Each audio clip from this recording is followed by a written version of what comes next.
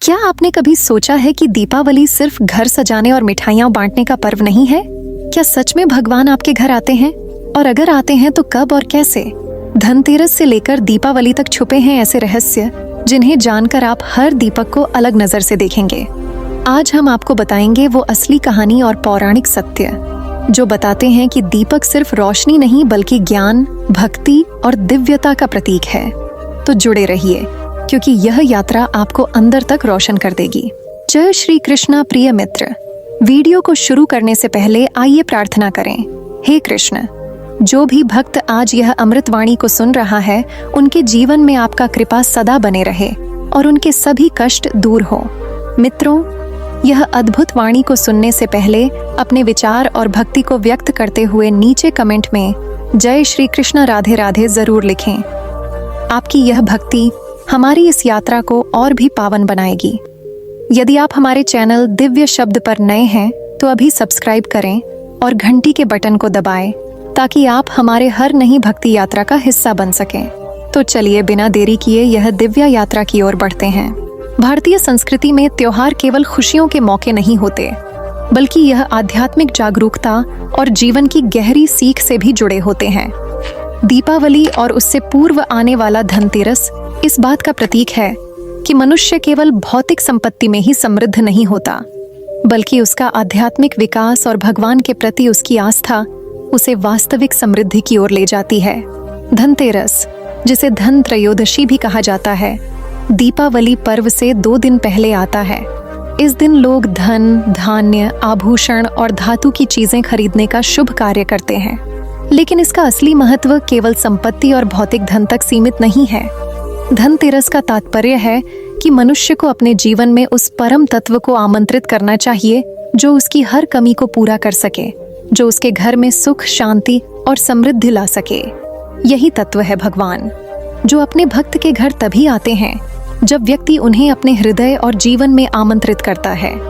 धनतेरस के दिन भगवान धनवंतरी का पूजन होता है। यह वही भगवान है जिन्होंने अमृत कलश के साथ देवताओं और असुरों के बीच समुद्र मंथन से अमृत का आविर्भाव कराया। उनका पूजन यह दर्शाता है कि वास्तविक स्वास्थ्य, सुख और समृद्धि केवल भौतिक चीजों से नहीं बल्कि आध्यात्मिक दृष्टि और सच्ची भक्ति से प्राप्त होती है। जब हम घर में साफ सफाई करते हैं, दीपक जलाते हैं और भगवान की साधना करते हैं तो हम अपने घर को केवल भौतिक स्तर पर ही नहीं बल्कि आध्यात्मिक रूप से भी शुद्ध कर रहे होते हैं। धनतेरस से लेकर दीपावली तक का समय आध्यात्मिक दृष्टि से अत्यंत महत्वपूर्ण माना जाता है। यह 5 दिवसीय अवधि केवल उत्सव और मेला भर का आनंद नहीं है, बल्कि यह आत्मचिंतन और आत्मशुद्धि का अवसर है। पहले दिन धनतेरस, दूसरे दिन नरक चतुर्दशी या छोटी दिवाली, तीसरे दिन मुख्य दीपावली, चौथे दिन गोवर्धन पूजा और 5वें दिन भाई दूज। प्रत्येक दिन का अपना आध्यात्मिक महत्व है। धनतेरस के दिन जब हम धन और आभूषण खरीदते हैं तो यह केवल बाहरी संपत्ति का संकेत नहीं होता, बल्कि यह हमारी आत्मा में आंतरिक संपत्ति को जागृत करने का प्रतीक है। जैसे ही हम घर के कोनों में दीपक जलाते हैं, हमें यह समझना चाहिए कि दीपक केवल अंधकार मिटाने का साधन नहीं है, बल्कि यह हमारी आत्मा में प्रकाश, ज्ञान और भगवान की उपस्थिति का प्रतीक है। जब दीपक जलता है तब अंधकार नष्ट होता है और मनुष्य का हृदय भगवान के प्रकाश से भर जाता है। छोटी दिवाली या नरक चतुर्दशी का महत्व भी केवल त्योहार मनाने में नहीं है। यह दिन हमें यह याद दिलाता है कि जीवन में हमें अपने भीतर के नकारात्मक तत्वों को नष्ट करना चाहिए। जैसे नरकासुर का वध भगवान कृष्ण या राम द्वारा किया गया, वैसे ही हमारे अंदर के लालच, अहंकार और ईर्ष्या का विनाश करना आवश्यक है। तभी हम दीपावली के दिन वास्तविक खुशी और भगवान की उपस्थिति का अनुभव कर सकते हैं। मुख्य दीपावली का दिन केवल रोशनी का त्योहार नहीं है। यह दिन उस दिव्य शक्ति के आगमन का प्रतीक है जो हमारे घर और जीवन में खुशहाली, स्वास्थ्य और सुख लेकर आती है। इस दिन जब हम लक्ष्मी पूजा करते हैं तो केवल धन के लिए नहीं बल्कि इस शक्ति के लिए करते हैं जो हमारी आत्मा को सशक्त बनाती है और हमें जीवन की कठिनाइयों में भी स्थिर रखती है। भगवान लक्ष्मी केवल बाहर से आने वाली धन की देवी नहीं है, बल्कि वे हमारे भीतर की साधना, परिश्रम और भक्ति से प्रसन्न होती हैं। जब मनुष्य ईमानदारी, सेवा भाव और सत्कर्म करता है, तब लक्ष्मी स्वयं उसके घर में निवास करती हैं।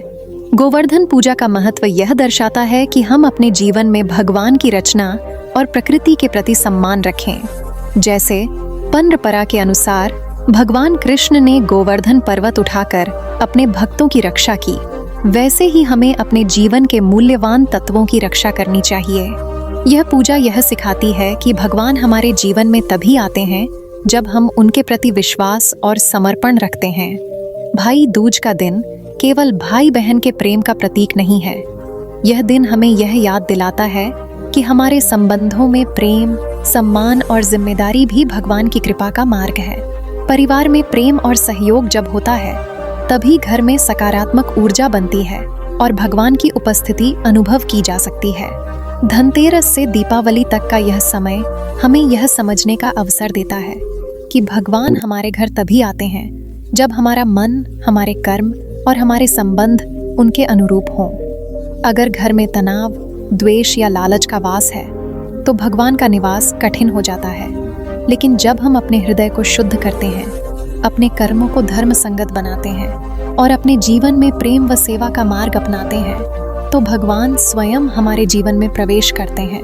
धनतेरस और दीपावली का असली अर्थ यह भी है कि भौतिक समृद्धि और आध्यात्मिक समृद्धि दोनों साथ साथ चलती हैं।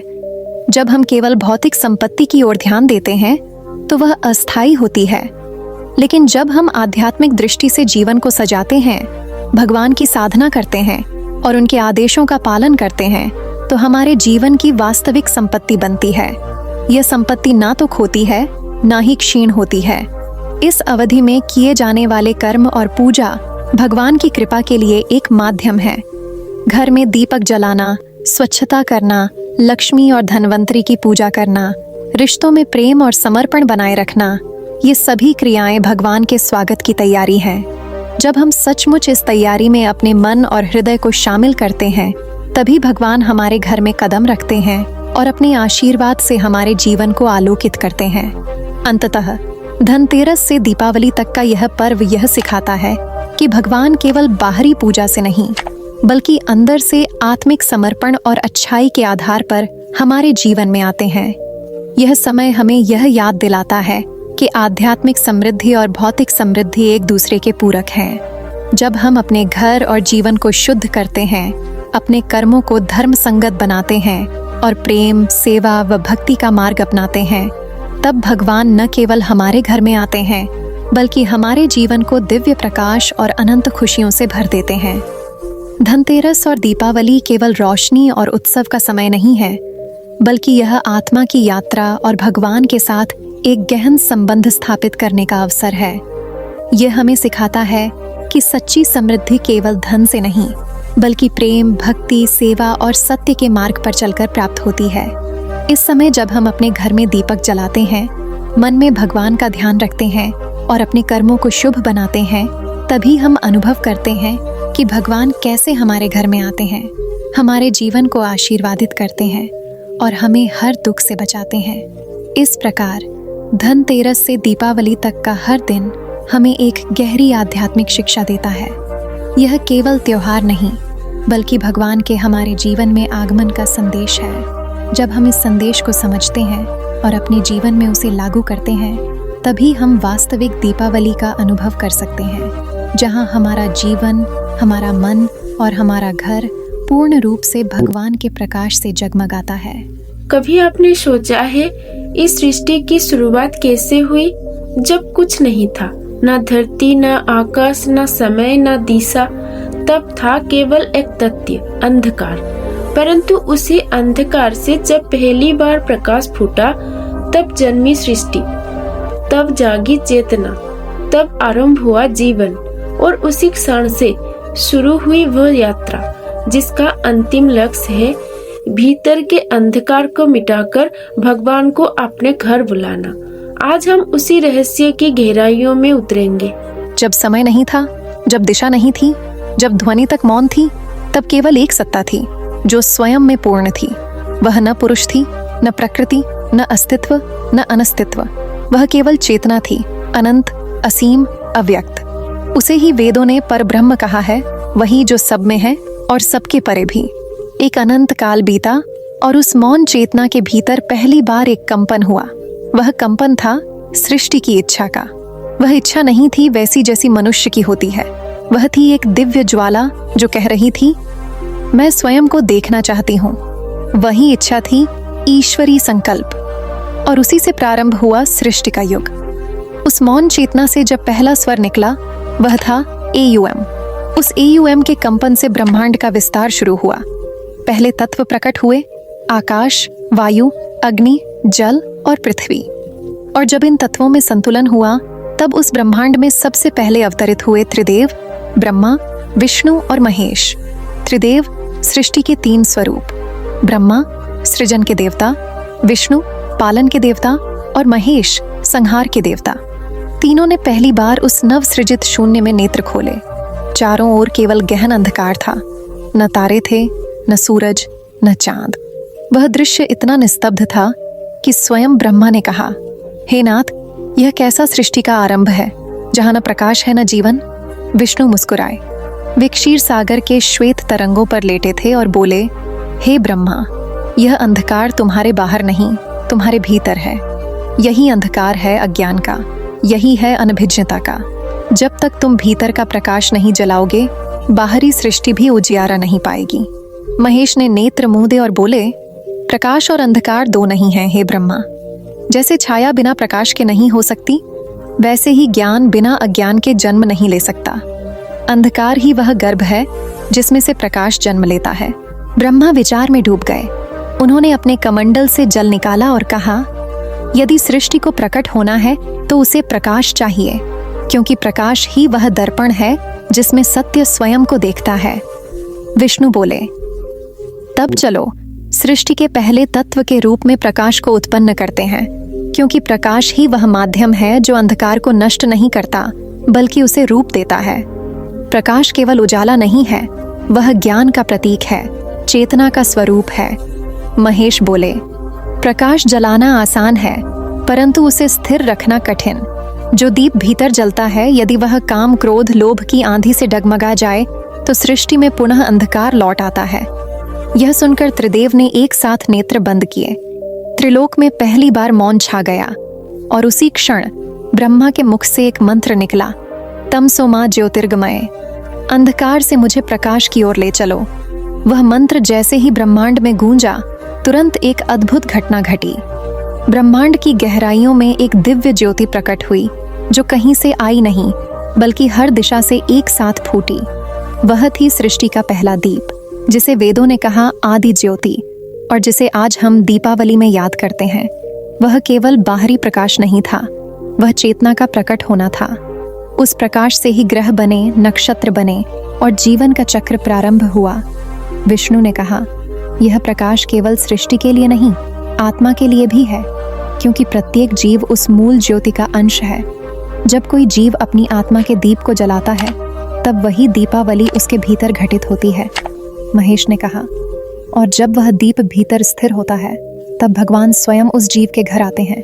इसीलिए दीपावली केवल उत्सव नहीं, यह आत्मा का पुनर्जन्म है।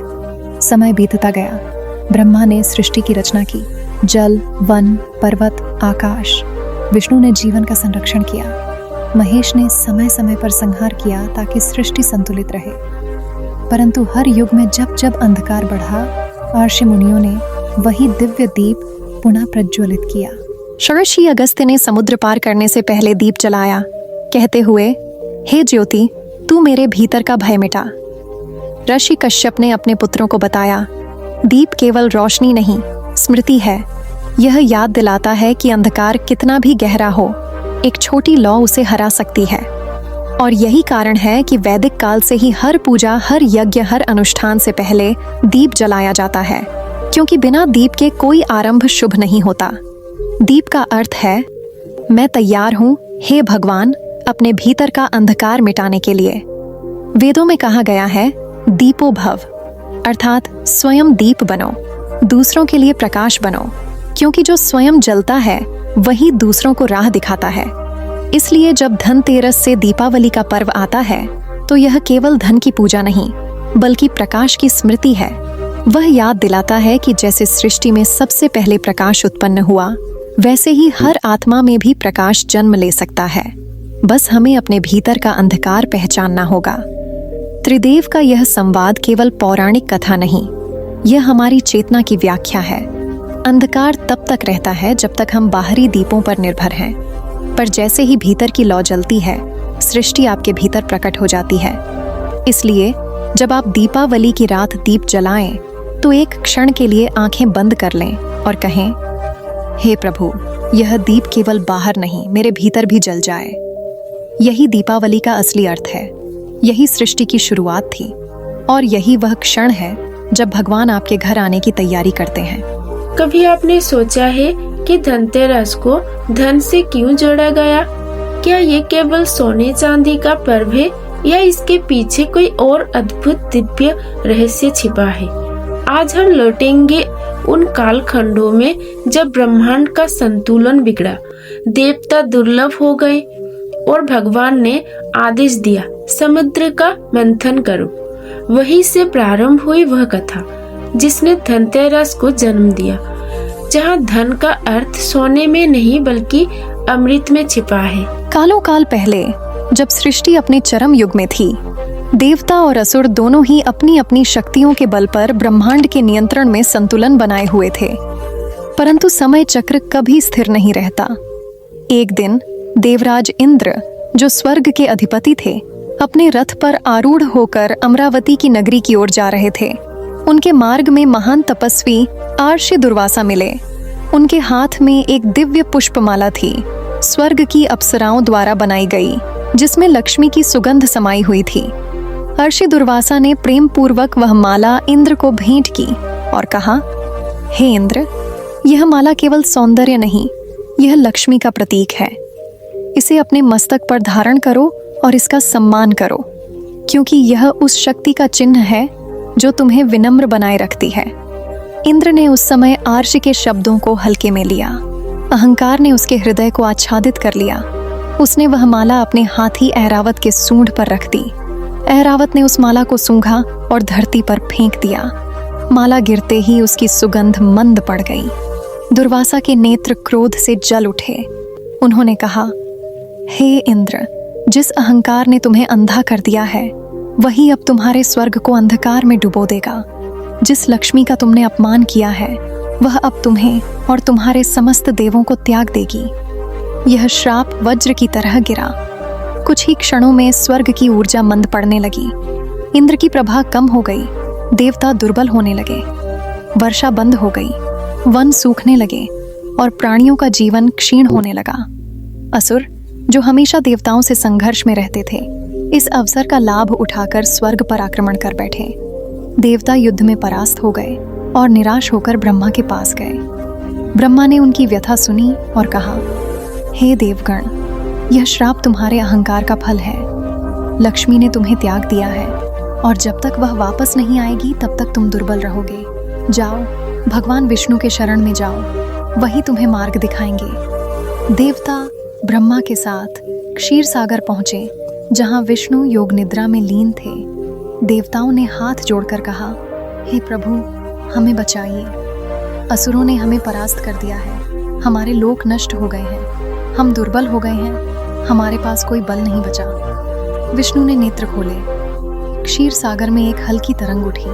उन्होंने कहा, हे देवगण, यह सब तुम्हारे अहंकार का फल है, लेकिन चिंता मत करो। हर अंधकार के पीछे एक नया सवेरा होता है। यह समय है मंथन का। जब भीतर और बाहर की शक्तियां संघर्ष करती हैं, तभी अमृत प्रकट होता है। अब समय है समुद्र मंथन का। इंद्र ने कहा, प्रभु, समुद्र मंथन कैसे होगा? असुर हमारे शत्रु हैं, वे कभी हमारी सहायता नहीं करेंगे। विष्णु बोले, यही इस लीला का रहस्य है। जब तक विपरीत शक्तियां साथ नहीं आती, तब तक सृष्टि में संतुलन नहीं होता। जैसे दिन और रात, जैसे प्रकाश और अंधकार, वैसे ही देव और असुर दोनों को मिलकर इस सृष्टि को चर्न करना होगा। यही ब्रह्मांड का नियम है। विष्णु ने उन्हें आदेश दिया, मंथन के लिए मंदराचल पर्वत का उपयोग करना होगा और उसे मंथन दंड बनाना होगा। परंतु ध्यान रखना, उसे स्थिर रखना कठिन होगा। उसके नीचे कूर्मावतार के रूप में मैं स्वयं उपस्थित रहूंगा। मंथन रस्सी के लिए वासुकी नाग को बुलाओ। असुरों को वासुकी का मुख भाग दो और स्वयं उसकी पूंछ पकड़ो, ताकि उनका अहंकार उन्हें स्वयं दंडित करे। देवताओं ने विष्णु के आदेश के अनुसार सब तैयारियां की। असुरों से संवाद हुआ। बलि नामक असुर राजा ने कहा, हम भी अमृत चाहते हैं। यदि हमें बराबरी से भाग मिलेगा तो हम मंथन में सहयोग देंगे। विष्णु ने मुस्कुराकर कहा, ऐसा ही हो। मंदराचल पर्वत को मंथन दंड बनाया गया, वासुकी नाग को रस्सी। असुर और देवता दोनों ने मिलकर समुद्र मंथन प्रारंभ किया। क्षीर सागर की तरंगें गूंज उठीं और ब्रह्मांड की ऊर्जा हिलने लगी। जैसे ही मंथन प्रारंभ हुआ, सबसे पहले निकला हलाहल विष। वह विष इतना भयानक था कि उसके धुएं से देवता और असुर दोनों तड़प उठे। पूरा ब्रह्मांड कांपने लगा। देवता विष्णु की शरण में भागे, पर उन्होंने कहा, यह विष केवल एक ही संभाल सकता है, महादेव। सभी ने कैलाश का रुख किया। महादेव ध्यानमग्न थे। उन्होंने करुणा से वह विष अपने कंठ में धारण किया, ताकि सृष्टि सुरक्षित रहे। उसी क्षण उनका कंठ नील वर्ण हो गया और वे नीलकंठ कहलाए। वह था पहला संकेत कि जब कोई दूसरों के लिए अपने भीतर का विष संभालता है, तभी प्रकाश टिकता है। विष के बाद मंथन चलता रहा। एक एक कर अनेक रत्न निकले। कामधेनु, ऐरावत, कल्पवृक्ष, अप्सराएं, कौस्तुभ मणि, चंद्र और अंततः वह क्षण आया जब समुद्र की गहराइयों से एक दिव्य पुरुष प्रकट हुए। उनके हाथों में स्वर्ण कलश था, जिसमें अमृत भरा था। उनके शरीर से दिव्य आभा निकल रही थी। उनके नेत्रों में करुणा थी और वे 4 भुजाओं से शोभायमान थे। उनके साथ थी देवी लक्ष्मी, जो कमल के फूल पर विराजमान थी। देवता विस्मय से नतमस्तक हो गए। ब्रह्मांड में गूंज उठा, जय धन्वंतरी भगवान की। वह दिन था धनतेरस का, जब भगवान धन्वंतरी प्रकट हुए। धन्वंतरी ने कहा, यह अमृत कलश केवल शरीर को नहीं, आत्मा को भी अमर बनाता है। परंतु याद रखो, जो केवल अमृत चाहता है पर मंथन नहीं करता, वह अमृत का अधिकारी नहीं। धन का अर्थ केवल भोग नहीं, संतुलन है। जब शरीर स्वस्थ, मन शांत और आत्मा प्रकाशवान होती है, वही असली धन है। देवी लक्ष्मी मुस्कुराईं और बोली, और जहाँ स्वास्थ्य और संतुलन है, वहाँ मैं स्वयं निवास करती हूँ। इसलिए धनतेरस का दिन केवल धनवंतरी का ही नहीं, मेरा भी दिन है, क्योंकि स्वास्थ्य ही वह भूमि है जिस पर समृद्धि पनपती है। विष्णु ने आगे कहा, याद रखो, मंथन बाहर नहीं, भीतर करो। जब भीतर के समुद्र को चर्ण करोगे, तब तुम्हें भी अमृत मिलेगा। तुम्हारे भीतर भी धनवंतरी प्रकट होंगे, और जब वह प्रकट होंगे, तब तुम्हारे जीवन में सच्चा धन आएगा। उस क्षण से धनतेरस को यह स्मृति दी गई कि यह दिन शरीर, मन और आत्मा के स्वास्थ्य का उत्सव है। इसीलिए आज भी लोग इस दिन दीप जलाते हैं, घर को स्वच्छ करते हैं और आरोग्य की कामना करते हैं। यह दीप केवल लक्ष्मी के स्वागत का नहीं, धनवंतरी के आवाहन का प्रतीक है। प्राचीन काल में वैदिक ऋषि इस दिन जलाशयों के किनारे दीप जलाते थे। वे कहा करते थे, जैसे समुद्र से अमृत निकला, वैसे ही यह दीप जलाकर हम भीतर का अमृत खोजते हैं। इसी कारण धनतेरस को धनत्रयोदशी भी कहा गया, क्योंकि यह दिन त्रिदेव की कृपा से धन की त्रिगुणात्मक परिभाषा देता है। शरीर के लिए आरोग्य, मन के लिए शांति और आत्मा के लिए प्रकाश। समय बीता, युग बदले, पर वह अमृत आज भी हमारे भीतर है। जब मनुष्य अपने भीतर के विष को महादेव की तरह सहन करता है, जब वह भीतर के मंथन से डरता नहीं, तभी भगवान धन्वंतरी उसके जीवन में अमृत भरते हैं, और तभी देवी लक्ष्मी उसके घर आती हैं, क्योंकि वह घर अब केवल दीवारों का नहीं, चेतना का बन चुका होता है। इसलिए धनतेरस केवल खरीदने बेचने का दिन नहीं, यह आत्मिक मंथन का प्रतीक है। इस दिन जब आप दीप जलाते हैं, तो याद रखें, आप उसी क्षण को दोहरा रहे हैं जब समुद्र मंथन के बाद पहली बार भगवान धन्वंतरी प्रकट हुए थे। वह दीप केवल सोने की आशा में नहीं, बल्कि स्वास्थ्य, ऊर्जा और अमृत की स्मृति में जलता है। वह अमृत अब भी समुद्र में नहीं, आपके भीतर है। आपका हर श्वास, हर सद्भाव, हर करुणा वही अमृत है। और जब आप इसे पहचान लेते हैं, तब समझिए कि आपके घर भगवान धनतेरस के दिन सच में आए हैं। कभी आपने सोचा है कि दीपावली केवल सोना चांदी के उत्सव का नाम नहीं है, उसके पीछे छिपा है एक अद्भुत दिव्य रहस्य। जब समुद्र मंथन के दौरान माता लक्ष्मी ने प्रकट होकर ब्रह्मांड में प्रकाश फैला दिया, उस दिन से पहली बार दीप जलाए गए और उसी प्रकाश से जीवन, प्रेम और संतुलन की ज्योति फूटी। आज हम जानेंगे उस दिव्य क्षण की कथा जहां लक्ष्मी माता ने विष्णु के साथ मिलकर सृष्टि में प्रेम और करुणा का संचार किया। जब समुद्र मंथन के दौरान देवताओं और असुरों ने मंदराचल पर्वत को घुमाना प्रारंभ किया, तब समुद्र की गहराइयों से अनेक दिव्य वस्तुएं प्रकट होने लगीं। रत्न, अप्सराएं, स्वर्ण, रत्न जड़ित वस्त्र और चंद्र जैसे अनेक दिव्य स्वरूप सामने आए, परंतु उन सब का प्रभाव क्षणिक था और फिर अचानक समुद्र की गहनियों से एक अनंत प्रकाश फूटा। उस प्रकाश की आभा इतनी दिव्य थी कि उसे देखकर समुद्र की लहरें थम गईं, हवा में सुवास फैल गया और सभी प्राणी और देवता अपने स्थान पर स्तब्ध हो गए। उस प्रकाश के केंद्र से प्रकट हुई देवी लक्ष्मी। उनका रूप अत्यंत सुंदर, सौम्य और संतुलित था। कमल के फूल पर विराजित उनके 4 हाथ थे, जिनमें वे वर, शांति और समृद्धि प्रदान कर रही थीं। उनके शरीर से निकलती आभा से समूचा ब्रह्मांड प्रकाशमान हो गया। यही वह क्षण था जब पहली बार दीपावली की ज्योति ब्रह्मांड में फैली। देवता विस्मय में नतमस्तक हो गए। वे बोले, हे दिव्य शक्ति, आप कहाँ से आईं? लक्ष्मी ने मुस्कुराकर कहा, मैं उस अमृत के साथ प्रकट हुई हूँ जिसे देवताओं और असुरों ने समान रूप से प्राप्त किया। मैं केवल धन और वैभव नहीं हूँ, मैं करुणा, प्रेम और संतुलन की देवी हूँ। मेरे बिना सृष्टि अधूरी है। विष्णु, जो क्षीर सागर में योग निद्रा में लीन थे, ने अपनी दिव्य दृष्टि से लक्ष्मी को देखा और उनकी ओर बढ़े।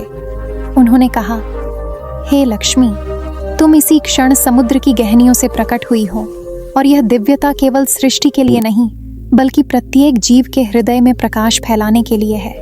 देवी लक्ष्मी ने विष्णु की ओर दृष्टि डाली और कहा, हे भगवान, जब आपके चरणों की छाया में मैं स्थिर होती हूँ, तभी सृष्टि में संतुलन और प्रेम कायम रहता है। यह प्रकाश केवल बाहरी नहीं, बल्कि भीतर की ज्योति है, जो जीवों को करुणा, प्रेम और सेवा की राह दिखाती है। उस दिन से देवताओं ने तय किया कि प्रत्येक वर्ष धनतेरस से दीपावली तक इस प्रकाश का स्मरण किया जाएगा। पहले दीप उसी रात जलाए गए। प्रत्येक दीपक, प्रत्येक ज्वाला उस दिव्य ज्योति की स्मृति थी जो समुद्र मंथन के समय प्रकट हुई। ऋषि मुनियों ने भी इस प्रकाश को देखा और तुरंत इसकी पूजा प्रारंभ की। उन्होंने अपने आश्रमों, यज्ञशालाओं और नदी के किनारों पर दीप जलाए। ऋषि अगस्त्य ने कहा, यह दीप केवल सोने का प्रतीक नहीं, यह चेतना का प्रकाश है। यह दिखाता है कि जब भीतर का अंधकार दूर होता है, तब वास्तविक लक्ष्मी प्रकट होती है। देवताओं ने भी अपने स्वर्ग में दीप जलाए और यह परंपरा धीरे धीरे मानवों तक पहुंच गई। इसी कारण आज भी दीपावली केवल धन और वैभव का उत्सव नहीं, बल्कि आध्यात्मिक प्रकाश का पर्व है। लक्ष्मी माता ने विष्णु के साथ दिव्य मिलन किया। उनके मिलन से ब्रह्मांड में संतुलन कायम हुआ। विष्णु ने कहा, जहां लक्ष्मी निवास करती हैं, वहां प्रेम और करुणा बनी रहती है। असली धन केवल सोने या चांदी में नहीं, बल्कि संतुलन, प्रेम और सेवा में है। जब यह तत्व जीवन में मौजूद होगा, तब भगवान स्वयं उस स्थान पर निवास करेंगे। इस प्रकार समुद्र मंथन और लक्ष्मी के प्रकट होने के पीछे केवल धन की प्राप्ति नहीं थी। वह दिव्यता सभी जीवों को यह संदेश देती थी कि संपन्न जीवन का अर्थ केवल भौतिक वस्तुएं नहीं, बल्कि भीतर की ज्योति, संतुलन और प्रेम है। देवताओं ने इस दिन को स्मरण करते हुए कहा, हम इस दिव्यता को हर वर्ष याद करेंगे, दीप जलाएंगे और यह स्मरण करेंगे कि असली समृद्धि भीतर के प्रकाश में है। यही कारण है कि आज भी धनतेरस और दीपावली के समय लोग घरों को स्वच्छ करते हैं, दीप जलाते हैं और स्वास्थ्य, प्रेम और समृद्धि की कामना करते हैं। यह पर्व केवल सोने चांदी का नहीं, बल्कि असली लक्ष्मी का आगमन का प्रतीक है। कभी आपने सोचा है कि दीपावली से एक दिन पहले दीप क्यों जलाए जाते हैं? क्या ये केवल रोशनी का उत्सव है या इसके पीछे भी कोई दिव्य रहस्य है? आज हम लौटेंगे उस समय में जब श्री कृष्ण और सत्यभामा ने नरकासुर का वध किया और उसी रात से जन्मी नरक चतुर्दशी। यह कथा हमें यह समझाती है कि जब हम अपने भीतर के अंधकार और नरक को जीत लेते हैं, तभी हमारे भीतर सच्चा प्रकाश जन्म लेता है। अनेक युग पहले जब पृथ्वी और स्वर्ग के बीच संतुलन बिगड़ने लगा, एक अत्यंत दुष्ट असुर प्रकट हुआ, नरकासुर। उसकी ताकत इतनी थी कि देवता भी उसके सम्मुख भयभीत हो गए। उसने स्वर्ग पर आक्रमण किया, देवताओं और प्रजा को आतंकित किया और अपने अत्याचार से सभी लोगों को अंधकार में डुबो दिया। देवताओं ने ब्रह्मा और विष्णु के पास शरण ली। ब्रह्मा ने कहा, हे भगवान, यह नरकासुर केवल भौतिक शक्ति नहीं है, वह अपने अहंकार और लोभ से मनुष्य और देवता दोनों के भीतर के अंधकार का प्रतीक बन गया है। इसे हराना आवश्यक है, अन्यथा सृष्टि में संतुलन कभी नहीं आएगा। विष्णु ने ध्यानपूर्वक सुना और बोले, नरकासुर का बल केवल बाहरी अस्त्रों से नहीं हारेगा। इसे हराने के लिए मैं स्वयं अवतार लूंगा। सत्यभामा का सहयोग अनिवार्य है, क्योंकि उसके भीतर साहस और करुणा का दिव्य संतुलन है। श्री कृष्ण और सत्यभामा ने तैयारी की। उन्होंने अपने दिव्य अस्त्र और ज्ञान को सजाया। जैसे ही वे युद्ध भूमि पर पहुंचे, नरकासुर ने अपनी विशाल सेना और भयानक रूप दिखाए। उसकी गर्जना पूरे यमुना के तटों तक गूंज रही थी। युद्ध प्रारंभ हुआ। नरकासुर के अनेक दंते और शक्तिशाली अस्त्र श्री कृष्ण को भी चुनौती दे रहे थे, परंतु श्री कृष्ण की चालाकी, उनकी दिव्य बुद्धि और सत्यभामा का साहस हर पल संतुलन बनाए रख रहे थे। जब नरकासुर ने अपनी अंतिम शक्ति का प्रयोग किया, तभी सत्यभामा ने अपने भीतर की करुणा और साहस को जागृत किया। उन्होंने श्री कृष्ण के साथ मिलकर उस दुष्ट असुर को परास्त किया। उसके शरीर से निकलने वाला प्रकाश ऐसा था कि आसपास की हर चीज पर चमक फैल गई, और तभी पहली बार दीपक जला, जो नरकासुर के अंधकार को समाप्त करने के प्रतीक के रूप में रखा गया। उस रात देवताओं ने स्वर्ग और पृथ्वी के प्रत्येक कोने में दीप जलाए। यही दिन आज नरक चतुर्दशी के रूप में मनाया जाता है। यह केवल बाहरी अंधकार का नाश नहीं था, बल्कि यह मनुष्य के भीतर के नरक का प्रतीकात्मक विनाश भी था। पौराणिक शास्त्रों में लिखा है कि नरकासुर के अंत के बाद ही लोग अपने घरों में दीप जलाने लगे। आर्षि मुनि और देवता सभी ने यह नियम स्थापित किया कि दीप जलाने का कार्य केवल भौतिक प्रकाश के लिए नहीं, बल्कि अंतःकरण के अंधकार को मिटाने के लिए किया जाना चाहिए। श्री कृष्ण ने कहा, जो मनुष्य अपने भीतर के लोभ, क्रोध, अहंकार और भय को हराता है, वही सच्चा दीपक है। वही अपने घर में लक्ष्मी और आनंद का स्वागत कर सकता है। सत्यभामा ने मुस्कुराते हुए कहा, सत्य और करुणा की जीत से ही प्रकाश जन्म लेता है। यह दीप हमें केवल बाहरी दुनिया में नहीं, बल्कि भीतर भी जलाना है। इस प्रकार नरकासुर वध और दीप जलाने की परंपरा केवल युद्ध और विजय का प्रतीक नहीं है। यह हमें यह याद दिलाती है कि जब हम अपने भीतर के नरक को जीतते हैं, तभी सच्चा प्रकाश जन्म लेता है। वर्तमान समय में हम जब नरक चतुर्दशी पर दीप जलाते हैं, तो यह स्मृति है कि हर मनुष्य के भीतर भी एक नरक है, भय, क्रोध, लोभ और अहंकार का। दीपक जलाना हमें यह सिखाता है कि यदि हम भीतर के अंधकार को दूर कर सकें, तो हमारी आत्मा में सच्चा प्रकाश आएगा। इसलिए नरक चतुर्दशी केवल त्योहार नहीं, बल्कि एक आध्यात्मिक संदेश है। जब अच्छाई अपने भीतर की शक्ति जागृत करती है, तब हर अंधकार समाप्त होता है, और जब प्रकाश भीतर जन्म लेता है, तभी भगवान और लक्ष्मी का आगमन संभव होता है। कभी आपने सोचा है कि दीपावली के दीप क्यों जलाए जाते हैं? क्या ये केवल सोना चांदी या धन के स्वागत के लिए है, या इसके पीछे कोई दिव्य संदेश छिपा है? आज हम लौटेंगे उस दिव्य दिन में, जब श्री राम 14 वर्षों के वनवास के बाद अयोध्या लौटे और पूरा शहर दीपों से जगमगाया। यह दिन केवल उत्सव का नहीं, बल्कि ये बताता है कि भगवान तभी आपके घर आते हैं जब आपके भीतर का रावण समाप्त होता है। अनेकों युग पहले अयोध्या नगरी में एक समय ऐसा आया जब राजा दशरथ और उनकी प्रजा अत्यंत दुख में थी।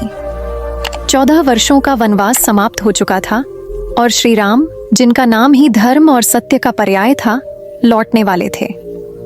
जैसे ही राम की पैदल यात्रा के समाचार पूरे राज्य में फैलने लगे, नगरवासियों ने अपने घरों को स्वच्छ किया, मार्गों को सजाया और दीप जलाने की तैयारी की।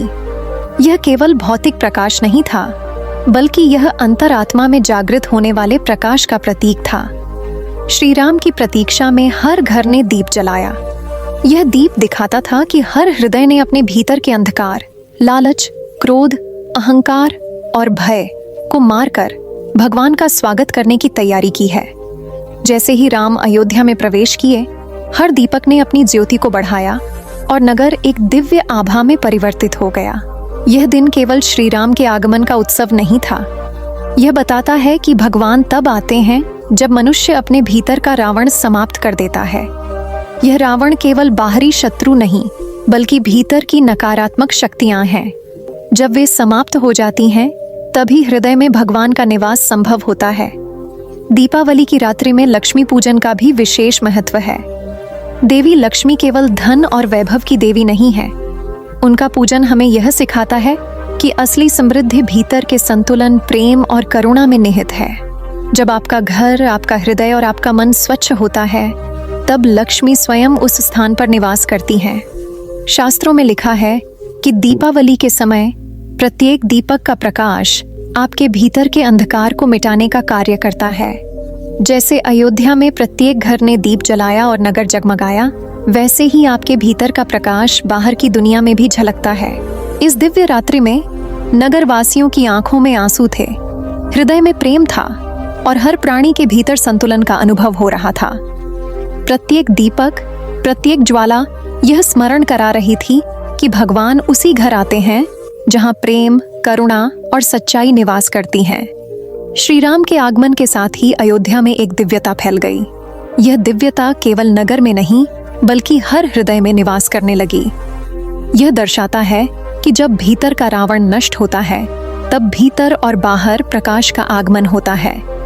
आज भी जब हम दीपावली के अवसर पर अपने घरों में दीप जलाते हैं, हम उसी संदेश को पुनः जीवित करते हैं। यह दीप केवल प्रकाश का नहीं, बल्कि आध्यात्मिक जागरण का प्रतीक है। जब हम भीतर के भय, क्रोध और अहंकार को जलाते हैं, तभी हमारे जीवन में भगवान और लक्ष्मी का आगमन होता है। इस प्रकार दीपावली का दिव्य दिवस केवल एक उत्सव नहीं है। यह दिन हमें यह सिखाता है कि सत्य और धर्म की जीत, भीतर के प्रकाश का जन्म और करुणा एवं प्रेम का प्रवेश केवल तब संभव है जब हम अपने अंधकार को हराते हैं। शास्त्रों में लिखा है कि दीपावली की रात्रि में जो हृदय पूरी तरह से स्वच्छ होता है, वह दीप स्वयं जलता है। यह दीप केवल भौतिक नहीं, बल्कि आध्यात्मिक होता है। यही कारण है कि दीपावली का प्रत्येक दीपक भगवान और लक्ष्मी का स्वागत करता है। इस दिन को मनाते समय हम केवल बाहरी संसार की रोशनी नहीं देखते, हम अनुभव करते हैं कि जब हम भीतर का प्रकाश जगाते हैं, तभी जीवन में सच्चा आनंद, स्वास्थ्य और समृद्धि आती है। कभी आपने सोचा है कि दीपावली के दूसरे दिन गोवर्धन पूजा क्यों की जाती है? क्या ये केवल गोवर्धन पर्वत के प्रतीक के लिए है या इसके पीछे कोई गूढ़ संदेश छिपा है? आज हम जानेंगे वह अद्भुत कथा जब श्री कृष्ण ने गोवर्धन पर्वत उठाकर इंद्र के अहंकार को तोड़ा और हमें यह सिखाया कि भक्ति में विनम्रता और प्रकृति की रक्षा की सच्चा धर्म है।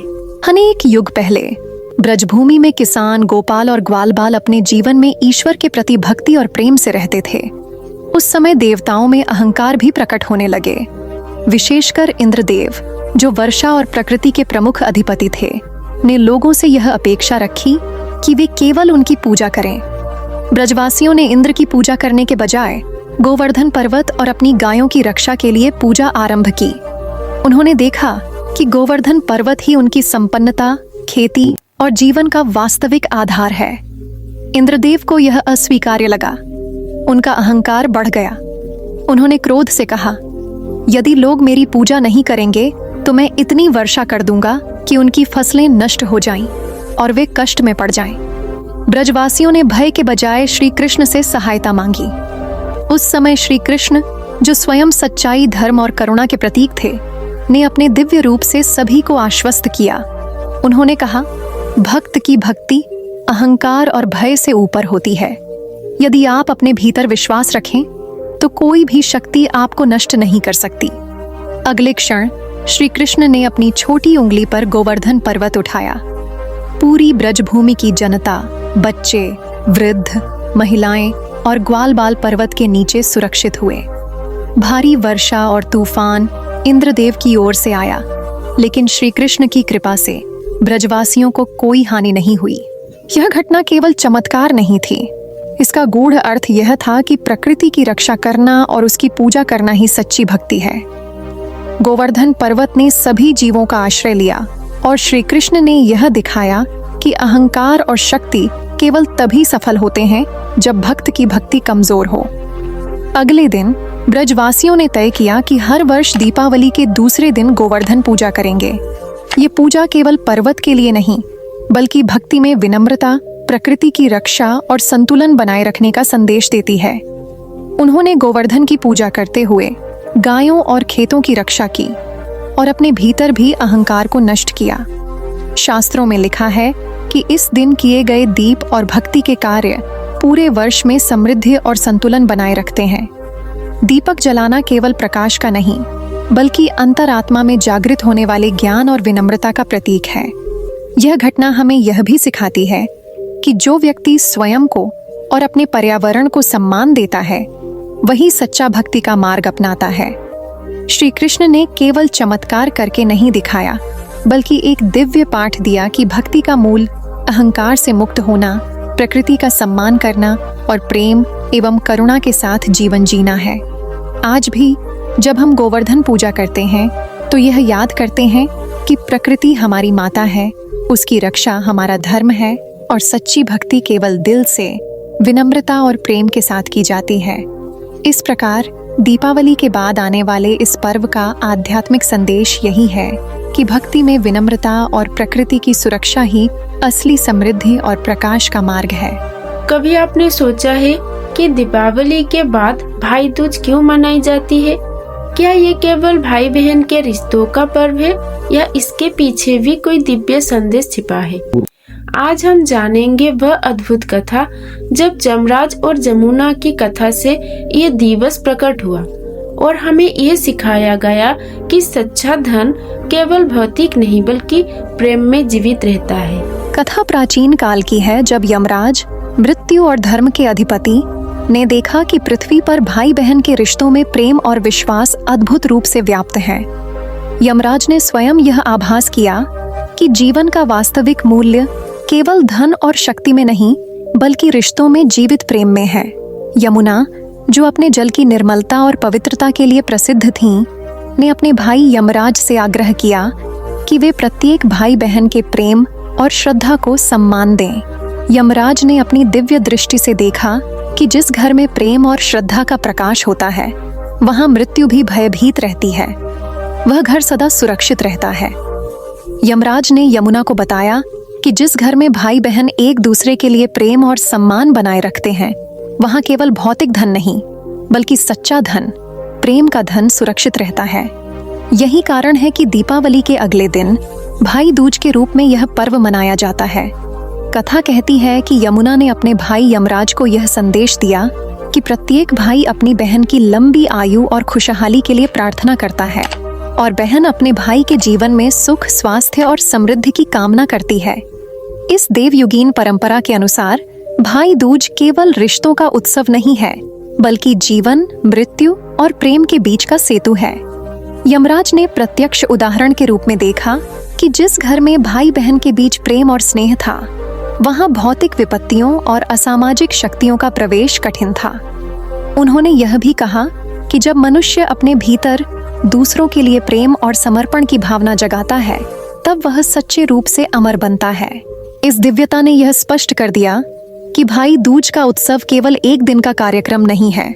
यह दिन हमें यह स्मरण कराता है कि सच्चा धन केवल भौतिक वस्तुएं नहीं है, बल्कि हमारे दिलों में जीवित प्रेम है, जो जीवन में हर संकट का सामना करने की शक्ति देता है।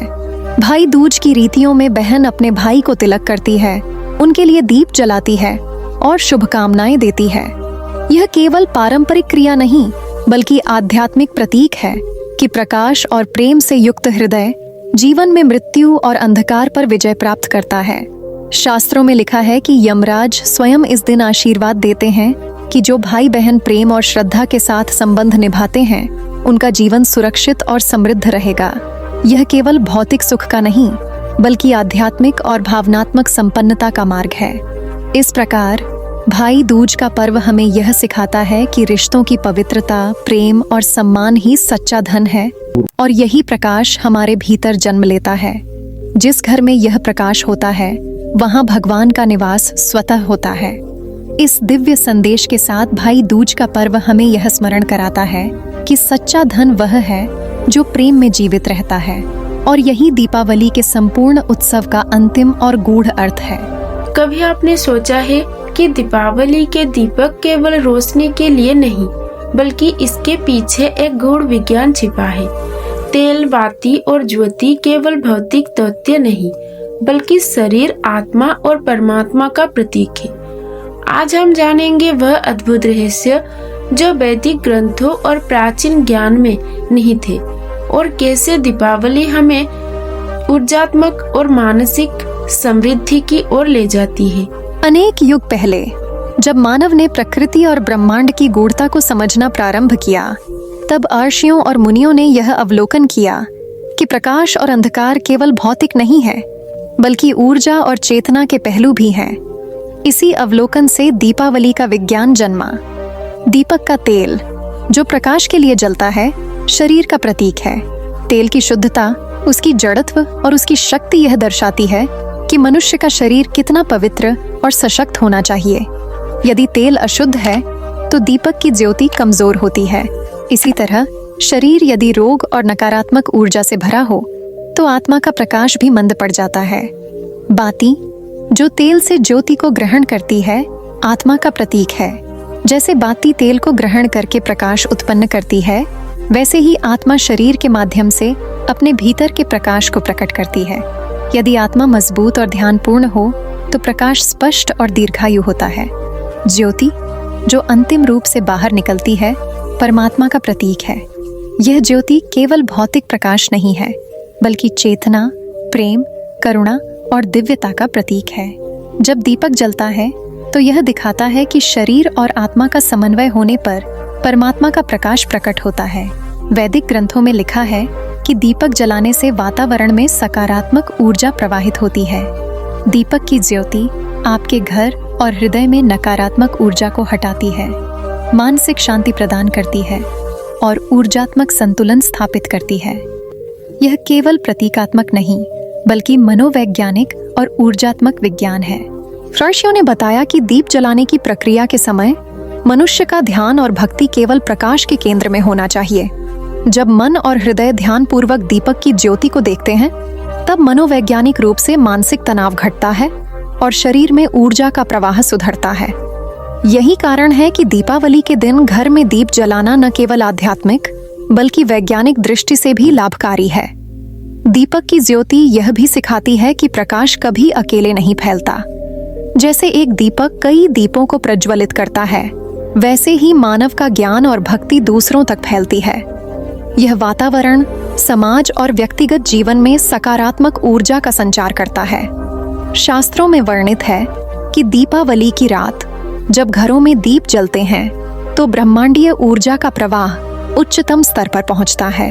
यह ऊर्जा व्यक्ति को मानसिक स्थिरता, समृद्धि, स्वास्थ्य और आध्यात्मिक उन्नति देती है। यही कारण है कि दीपक केवल सजावट का साधन नहीं, बल्कि आध्यात्मिक और ऊर्जात्मक विज्ञान का प्रतीक है। इस दिव्य विज्ञान से यह स्पष्ट होता है कि दीपावली केवल भौतिक उत्सव नहीं है। यह वह दिन है जब शरीर, आत्मा और परमात्मा का समन्वय स्थापित होता है और व्यक्ति अपने भीतर और बाहर प्रकाश का अनुभव करता है।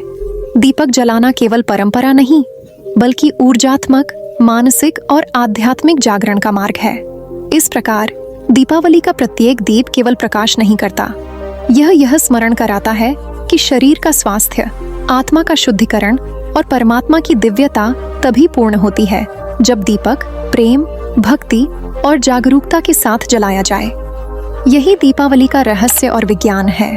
अनेक युग पहले द्वारका नगरी में श्री कृष्ण का राज्य अत्यंत वैभव और आनंद में था। वहां का वातावरण प्रेम, करुणा और धर्म से भरा हुआ था।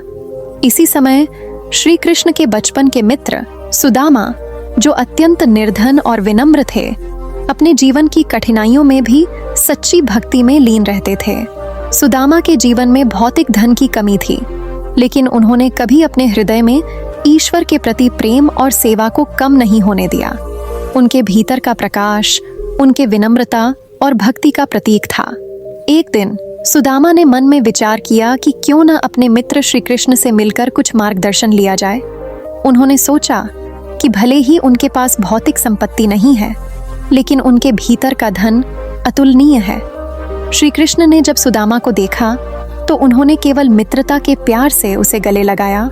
उन्होंने देखा कि सुदामा के हाथ में भले ही कोई सोना चांदी नहीं है, लेकिन उनके हृदय में पवित्रता, सेवा और प्रेम का वास्तविक धन था। श्री कृष्ण ने सुदामा से कहा कि सच्चा धन केवल सोने चांदी में नहीं, बल्कि हृदय की शुद्धता, सेवा का भाव और पुण्य कर्म में है। वही धन है जिससे घर में सुख, शांति और दिव्यता आती है। सुदामा ने केवल अपने मित्र को नम्रता और प्रेम से प्रणाम किया। उसी विनम्रता और भक्ति के कारण श्री कृष्ण ने उसे महान वैभव और समृद्धि से नवाजा। यह दिखाता है कि भगवान स्वयं उस घर में आते हैं जहाँ पुण्य, सेवा और सद्गुण का निवास होता है, भले ही वहाँ भौतिक संपत्ति कम हो। यह कथा आधुनिक मनुष्य के लिए आईना है। आज के समय में हम अक्सर सोना, चांदी और भौतिक वस्तुओं को ही धन मान लेते हैं, लेकिन यह कथा हमें याद दिलाती है कि वास्तविक धन वह है जो आपके भीतर और आपके कर्मों में प्रकाश लाए, और वही प्रकाश भगवान को आकर्षित करता है। शास्त्रों में लिखा है कि दीपावली और धनतेरस के समय जब लोग अपने घरों में दीप जलाते हैं, तब यह दीप केवल भौतिक समृद्धि का प्रतीक नहीं है। यह हृदय की शुद्धता, सेवा का भाव और पुण्य कर्म का प्रतीक है। यही असली धन है, और यही वह कारण है कि लक्ष्मी और भगवान आपके घर में निवास करते हैं। इस दिव्य कथा से यह स्पष्ट होता है कि सच्चा धन वह है जो प्रेम, भक्ति और सेवा में जीवित रहता है। भौतिक संपत्ति केवल उपस्थिति का प्रतीक हो सकती है, लेकिन जो धन आपके हृदय और कर्म में है, वही आपको वास्तविक दिव्यता और समृद्धि प्रदान करता है। आज भी जब हम दीपावली पर अपने घरों को सजाते हैं, केवल भौतिक वस्तुओं से ही नहीं, बल्कि अपने कर्म, प्रेम और पुण्य के दीप से ही भगवान को आमंत्रित करते हैं। यही धन, वही दिव्यता है, और यही असली संदेश है। धन का वास्तविक अर्थ पुण्य, सेवा और सद्गुण में निहित है। अनेक युग पहले ब्रजभूमि और द्वारका के बीच अर्षियों और मुनियों ने यह प्रत्यक्ष किया कि मनुष्य के भीतर अंधकार तब तक बना रहता है जब तक उसके हृदय में ज्ञान, भक्ति और सेवा का प्रकाश प्रकट नहीं होता। मनुष्य के भीतर का दीपक स्थिर होने का अर्थ केवल बाहरी रूप से दीपक जलाने में नहीं, बल्कि अंतरात्मा में प्रकाश का स्थायी होना है। यह प्रकाश ज्ञान, करुणा, प्रेम, त्याग और सेवा से प्रकट होता है। जब कोई व्यक्ति ध्यान करता है, जप करता है और सेवा करता है, तो उसके भीतर की अज्ञानता और अहंकार का अंधकार धीरे धीरे समाप्त होता है। जैसे दीपक की लौ स्थिर और उज्जवल होती है, वैसे ही अंतरात्मा में स्थिर प्रकाश प्रकट होता है। शास्त्रों में लिखा है कि जिस घर में व्यक्ति अपने भीतर इस प्रकार का दीप जलाता है, वही घर दिव्यता का अनुभव करता है। उस समय भगवान और लक्ष्मी स्वयं उस घर में प्रविष्ट होते हैं। वे केवल भौतिक समृद्धि के लिए नहीं आते, बल्कि आध्यात्मिक प्रकाश, ज्ञान और शांति देने के लिए आते हैं। कथा कहती है कि ब्रजवासियों और द्वारकावासियों ने जब अपने भीतर के दीप को जागृत किया, तब वे हर विपत्ति और अंधकार से मुक्त हुए।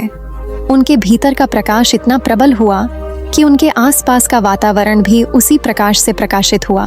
इस दिव्यता का अर्थ केवल आत्मिक शांति नहीं है। यह हमें यह सिखाती है कि भगवान आपके घर तभी आते हैं जब आप स्वयं अपने भीतर के रावण, अहंकार और अज्ञानता पर विजय प्राप्त कर लेते हैं। केवल उस समय घर और हृदय दोनों में दिव्यता का आगमन होता है। दीपावली का असली संदेश यही है कि बाहरी दीपक केवल प्रतीक है। असली दीपक वह है जो मन, हृदय और आत्मा में जलता है, और जो प्रकाश देता है वह केवल भौतिक नहीं, बल्कि आध्यात्मिक और अनंत है। इस प्रकार दीपावली केवल घरों को सजाने का पर्व नहीं है, यह अंतरात्मा की यात्रा का प्रतीक, अज्ञान से मुक्ति का मार्ग और भगवान के आगमन का दिव्य संकेत है। जब भीतर का दीप स्थिर और प्रकाशमान होता है, तब घर, हृदय और जीवन समृद्धि, शांति और दिव्यता से भर जाता है। शास्त्र स्पष्ट करते हैं कि यह प्रकाश जीवन में संतुलन, प्रेम और करुणा लाता है, और यही वह दिव्य प्रकाश है जिसे दीपावली के प्रत्येक दीप में देखा जा सकता है। अंततः यह कथा हमें यह स्मरण कराती है कि जो घर भीतर से प्रकाशित है वही भगवान का वास्तविक निवास स्थान बनता है, और वही दीपावली का असली अर्थ है, भीतर का दीप प्रज्वलित करना। अनेक युग पहले जब मानव और देवता समानांतर ब्रह्मांड में रहते थे, दीपावली का उत्सव केवल आध्यात्मिक और आत्मिक जागरण का प्रतीक था। उस समय मनुष्य अपने भीतर के प्रकाश और अंधकार के बीच संतुलन स्थापित करता था। दीपावली की रीतियां जैसे दीपक जलाना, लक्ष्मी पूजन और भाई दूज केवल भौतिक कार्य नहीं थे, वे व्यक्ति के भीतर ज्ञान, प्रेम और करुणा का प्रकाश फैलाने का माध्यम थे। लेकिन कलयुग में मानव मन की प्रवृत्तियां बदल गई हैं। लोभ, अहंकार और ईर्ष्या के कारण दीपावली का अर्थ केवल भौतिक संपत्ति, रौनक और उत्सव तक सीमित रह गया है। घरों में हजारों दीप जलाए जाते हैं, लेकिन भीतर का दीप जो आत्मा को प्रकाशित करता है अक्सर बुझा रहता है। यही आज का अंधकार है। कृष्ण का संदेश इस युग में विशेष महत्व रखता है। उन्होंने कहा कि दीपावली केवल बाहरी उत्सव नहीं है। जब आप भीतर अपने हृदय में प्रेम, सेवा और ज्ञान का दीप प्रज्वलित करते हैं, तभी सच्ची दिव्यता आती है। बाहर की रोशनी केवल प्रतीक है, असली प्रकाश वह है जो मन, हृदय और आत्मा में फैलता है। इस युग में हर व्यक्ति को यह समझने की आवश्यकता है कि भौतिक धन और सजावट केवल बाहरी आकर्षण है। असली समृद्धि और शांति तभी मिलती है जब आप अपने भीतर की अज्ञानता, अहंकार और नकारात्मक भावनाओं को दूर करते हैं। यह केवल दीपक जलाने, पूजा करने या उत्सव मनाने से नहीं आता। यह ध्यान, सेवा और आत्मिक विकास के माध्यम से प्रकट होता है। कथा कहती है कि जो व्यक्ति कल्याणकारी कार्य करता है, दूसरों की सहायता करता है, अपने भीतर के नकारात्मक विचारों को नियंत्रित करता है और प्रेम के दीप को स्थिर रखता है, वही असली दीपावली मनाता है। वह अपने घर में लक्ष्मी और भगवान का वास्तविक आगमन अनुभव करता है। शास्त्रों में यह भी उल्लेख है कि कलयुग में प्रकाश केवल भौतिक नहीं, बल्कि ऊर्जात्मक और मानसिक होना चाहिए। जब मनुष्य अपने भीतर की ऊर्जा और चेतना को उज्जवल करता है, तो बाहरी प्रकाश और धन केवल उसका समर्थन करते हैं। यही कारण है कि कृष्ण कहते हैं, अपने भीतर प्रकाश फैलाओ, बाहर नहीं। आज का कलयुग यह सिखाता है कि दीपावली केवल सजावट, मिठाई और पटाखों का पर्व नहीं है। यह अंतर्मुखी यात्रा है जिसमें आप अपने भीतर के अंधकार को पहचानते हैं, उसे दूर करते हैं और स्थिर प्रकाश का अनुभव करते हैं। इस प्रकाश के माध्यम से ही जीवन में शांति, प्रेम और दिव्यता आती है। इस दिव्य संदेश से स्पष्ट होता है कि दीपावली का असली अर्थ प्रत्येक युग में वही है, भीतर के दीपक का जागरण और भगवान का आगमन। और यही संदेश कलयुग में भी उतना ही महत्वपूर्ण है जितना प्राचीन काल में था। अंततः कलयुग में दीपावली का महत्व केवल भौतिक नहीं है।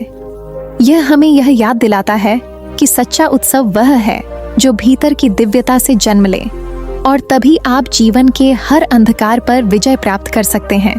अनेक युगों से मानव जाति दीपावली के उत्सव के माध्यम से यह सीखती आई है कि असली दिव्यता केवल बाहरी समृद्धि में नहीं, बल्कि अंतरात्मा के प्रकाश में है। कई कथाओं, पुराणों और श्री कृष्ण की लीलाओं में यह स्पष्ट रूप से दिखाया गया है कि भगवान और लक्ष्मी का आगमन केवल उस घर में होता है जहां हृदय शुद्ध और कर्म पवित्र हों।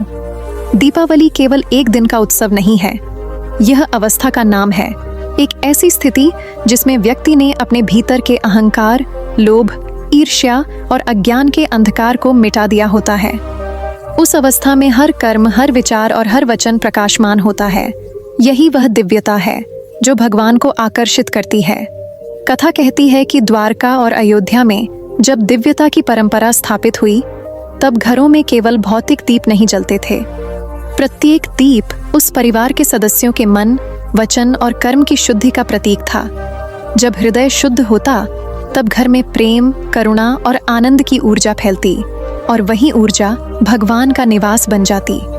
श्री कृष्ण ने अपने भक्तों को यह संदेश दिया कि केवल सोना, चांदी या संपत्ति से घर में भगवान नहीं आते। वे तब आते हैं जब सेवा, भक्ति और पुण्य कर्म की ज्योति भीतर प्रज्वलित होती है। इसी कारण से दीपावली का हर दिन हमें यह याद दिलाता है कि बाहरी रूप केवल प्रतीक है। असली मंदिर वह है जो हमारे भीतर है। जब मन, वचन और कर्म शुद्ध हो जाते हैं, तब घर कोई केवल ईंट पत्थर का नहीं, बल्कि हृदय का मंदिर बन जाता है। इसी मंदिर में भगवान का आगमन होता है। यह आगमन केवल भौतिक दृष्टि से नहीं, बल्कि आध्यात्मिक और ऊर्जात्मक रूप में होता है। उस समय व्यक्ति जीवन की प्रत्येक परिस्थिति में शांति, संतुलन और दिव्यता अनुभव करता है। दीपावली की पूरी श्रृंखला समुद्र मंथन से लेकर नरकासुर वध, श्री राम के अयोध्या आगमन और लक्ष्मी पूजन तक इस अंतिम संदेश की ओर हमें ले जाती है। हर कथा, हर लीला और हर रीतियां केवल प्रतीक हैं कि सच्चा दीप वह है जो भीतर जलता है, और वही दीप भगवान को हमारे घर लाता है। आज के आधुनिक समय में जब लोग दीपावली केवल रौनक और भौतिक समृद्धि के रूप में देखते हैं, यह कथा हमें यह याद दिलाती है कि असली उत्सव केवल अंतरात्मा की शुद्धि और प्रकाश में है। जब भीतर का दीप स्थिर और उज्जवल होता है, तब व्यक्ति के जीवन में हर प्रकार की दिव्यता प्रकट होती है। इस प्रकार भाग 12 का सार यही है कि दीपावली का असली अर्थ बाहरी दीपक या धन में नहीं, बल्कि मन, वचन और कर्म की शुद्धि में है। जब यह शुद्धि स्थापित होती है, तब भगवान स्वयं आपके घर आते हैं और आपका घर भौतिक नहीं बल्कि आध्यात्मिक दिव्यता का मंदिर बन जाता है। अंततः दीपावली का यह अंतिम संदेश हमें यह स्मरण कराता है कि सत्य, प्रेम, सेवा और पुण्य ही असली धन और दिव्यता है, और यही वह प्रकाश है जो जीवन के अंधकार को मिटा देता है। यही दीपावली का चरम बिंदु है, और यही वह अवस्था है जिसमें हर हृदय भगवान का निवास बनता है। दोस्तों, इस कहानी ने हमें यह सिखाया कि दीपावली सिर्फ बाहर की रोशनी का पर्व नहीं है। असली दीप वो है जो हमारे भीतर जलता है। जब हम अपने मन, वचन और कर्म को शुद्ध करते हैं, तभी जीवन में सच्ची खुशियाँ, शांति और समृद्धि आती है। याद रखिए, हर व्यक्ति के भीतर एक दीपक है और उसे जलाने का जिम्मा केवल हमें ही है। अपने भीतर प्रकाश फैलाइए, सेवा और भक्ति में जीवन बिताइए और देखिए कि भगवान स्वयं आपके घर में आएंगे। अगर आपको ये कहानी और इसका संदेश पसंद आया हो तो कृपया इस वीडियो को लाइक करें, इसे अपने परिवार और दोस्तों के साथ शेयर करें और हमारे चैनल को सब्सक्राइब करना ना भूलें। साथ ही नीचे कमेंट में हमें बताइए कि आपके जीवन में इस कहानी से कौन सा संदेश सबसे ज्यादा प्रभावित करता है। याद रखिए, आपके भीतर का दीप भी आपकी सच्ची शक्ति है।